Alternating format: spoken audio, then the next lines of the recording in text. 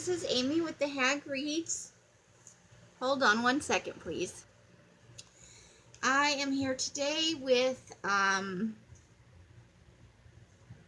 reporting on just the Hercule Poirot books I read in September, and I read 4 of those.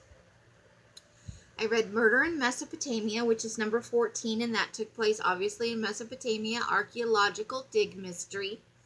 I enjoyed that one a lot.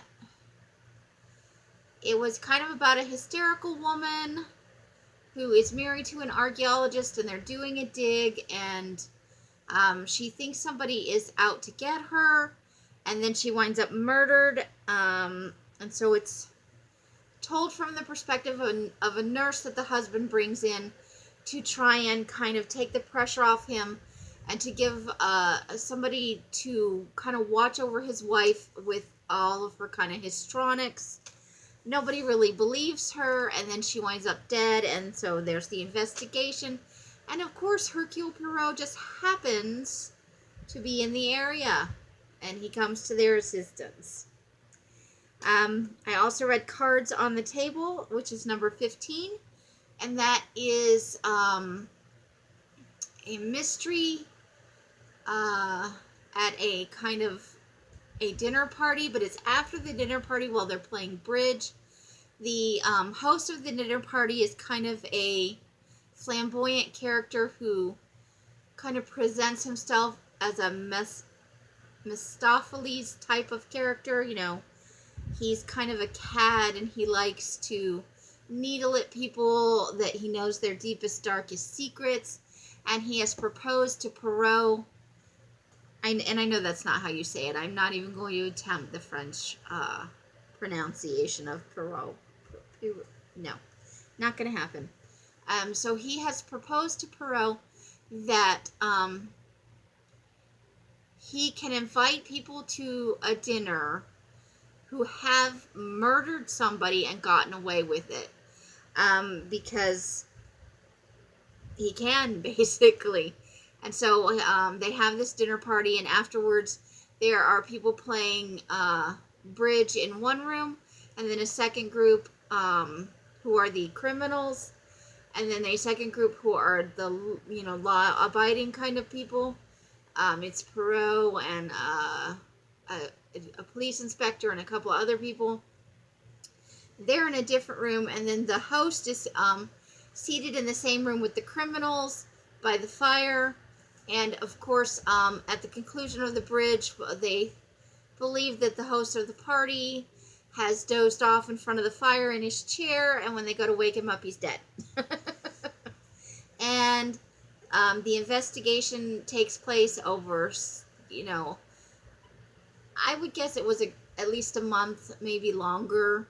For the time period they're set in, none of these are ever instantaneous, and a lot of it's just all of the people who were there going around and questioning each other, and a lot of suspicion. And I don't know anything about bridge, and that was kind of a large part of the story was, them talking about playing bridge. For not enjoying kind of playing card games, because I'm not strategically minded in that way, I really did kind of enjoy this mystery, and it was interesting watching him solve all of the crimes, and the interactions of the people, and how it all worked out. The next one was Dumb Witness, which is number 16, and this is a kind of curmudgeonly old lady who, she's wealthy, and she doesn't have any children of her own. She was a spinster. And then she has her nieces and nephews, and they all are kind of begging her for handouts. They come down for, I think it's the Easter holiday, and they're all kind of begging her for money. And then an accident happens where she trips over a dog ball and takes a header down the stairs. And after it happens, she realizes that the dog wasn't in the house that night. And so she gets very suspicious, because if the dog wasn't in the house, what was the ball doing at the top of the stairs, which was the dog's habit to leave the ball at the top of the stairs. And then there's so she winds up a couple of weekends afterward passing away of presumably natural causes. And she had written to Poirot right after she had fallen down the stairs and the letter never got mailed. One of the housemaid's maids mailed the letter, and Poirot, I'm sorry, he winds up showing up and finding out that she's already dead. And he kind of undertakes it as being hired kind of after the fact. And so everybody thinks she's died of natural causes, and naturally Poirot does not think so. And so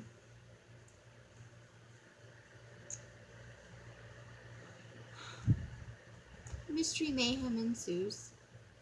I enjoyed that one for having a dog involved, which is not usually. I don't enjoy mysteries involving pets very much, and I definitely wouldn't say I'm a dog person. Yeah, I said it. I'm sorry. You can hate me all you want. Unsubscribe if you like. I am just not a dog person, and I don't understand the fascination, because to me, dogs are toddlers that never grow up, and no matter how much they love you, they require a lot of care and attention. And perhaps you like that, but I don't find that. No. I have 4 children. No. I love dogs, I guess, the way some people love babies. They're fine as long as they belong to other people, and I'll cuddle yours and give it a good scratch. But I want you to take it away from me almost immediately afterwards. Just take this back, please. It needs to be changed, or it needs to go for a walk, or whatever. I don't hate dogs. I'm just not a dog person. The last book that I read in this series is number 17, Death on the Nile. And that is a very wealthy woman marries her best friend's man. The best friend then follows them onto their honeymoon trip, kind of antagonizing them and showing up everywhere they go. And then the wife winds up dead, and there's a mystery, obviously, as to who and how she was killed, because the most likely suspect kind of has an airtight alibi. And the bulk of the mystery, it all takes place in Egypt, but the bulk of where the death takes place and where the focus of the actual solving of the mystery is on this boat that's going up and down the Nile. And so it had kind of that historical flair, a cast of characters that was in a way kind of similar to maybe Murder on the Orient Express in terms of the array of characters, and then trying to figure out everything that happened. I really kind of enjoyed all of these. I liked Cards on the Table the best because it had people who had done morally questionable things for perhaps justifiable reasons, and so it was interesting to watch all of that play out. I think I probably liked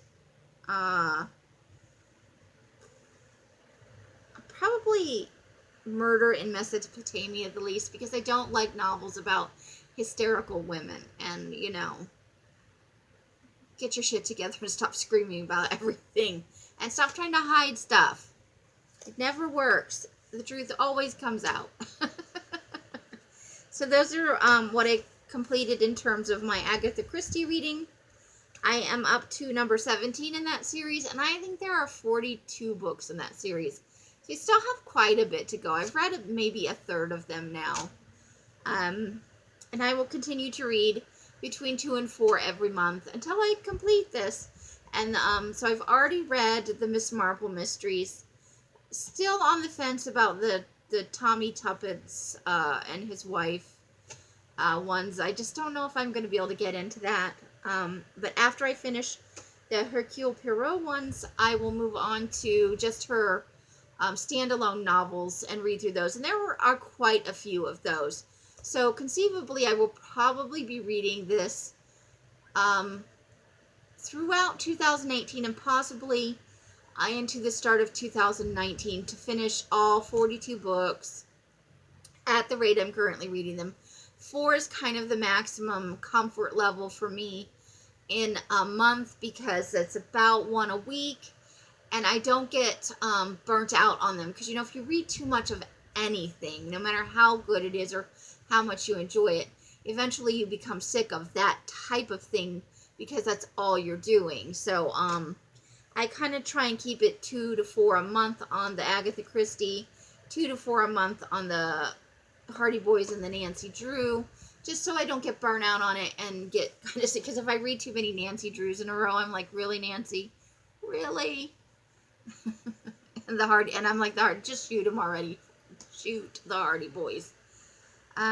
So that's where I am with my reading in terms of series. Yesterday and today kind of cover most of the series I'm reading that are kind of long and in-depth.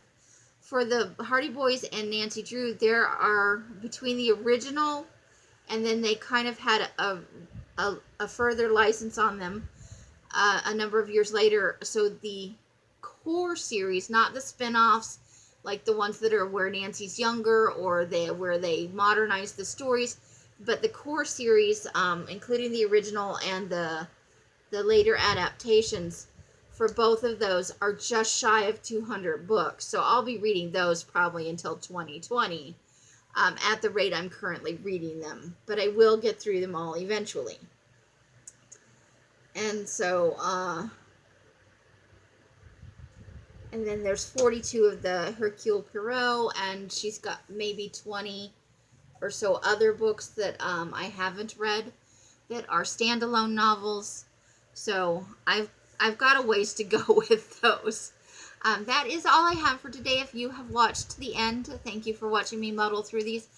I am just really tired these couple of days, so if I have made slips and said the wrong thing, or I don't seem incredibly enthusiastic, it's just because I'm kind of tired. This change of weather thing has really gotten to me. It's not that I don't enjoy BookTube or that I'm stupid and I can't remember these books. I'm just really, really tired. And I am so looking forward to when the weather changes over, because my sleep schedule will kind of equalize. It will never be perfect because I'm going through menopause, or well, perimenopause, I guess, because, still having the fun monthly stuff. But I'm itchy all the time, which is apparently, my face itches. That's why you see me doing that so often.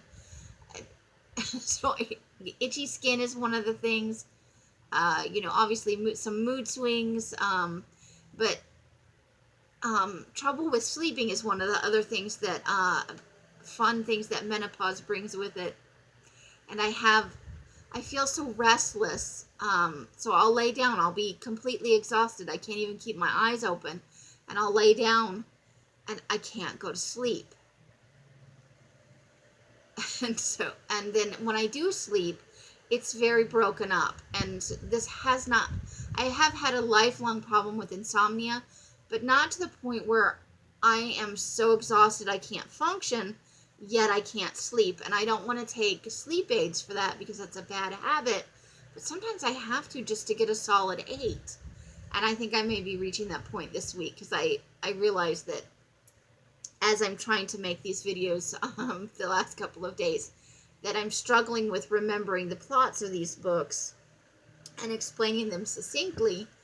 And I can feel the struggle of doing it. And so I think maybe I just need a really good night's sleep. I will see you tomorrow. Yay, Spooktober. I'm so excited.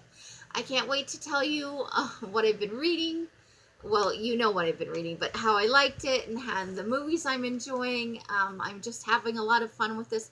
It's been fun to share, even though I don't think anybody else is doing this with me. I know people are doing other challenges. I'm a little bit behind on my videos, but I see them pop up in my recommended, when I do watch some things. And so I see there are other challenges going on. So it'll be fun for me to catch up on what everybody else is doing for October. But I'm having a lot of fun with my Spooktober, my 31 days of Halloween. Doing it this way has brought me a lot of joy. But happy whatever time of day it is for you. And I will see you tomorrow. Bye.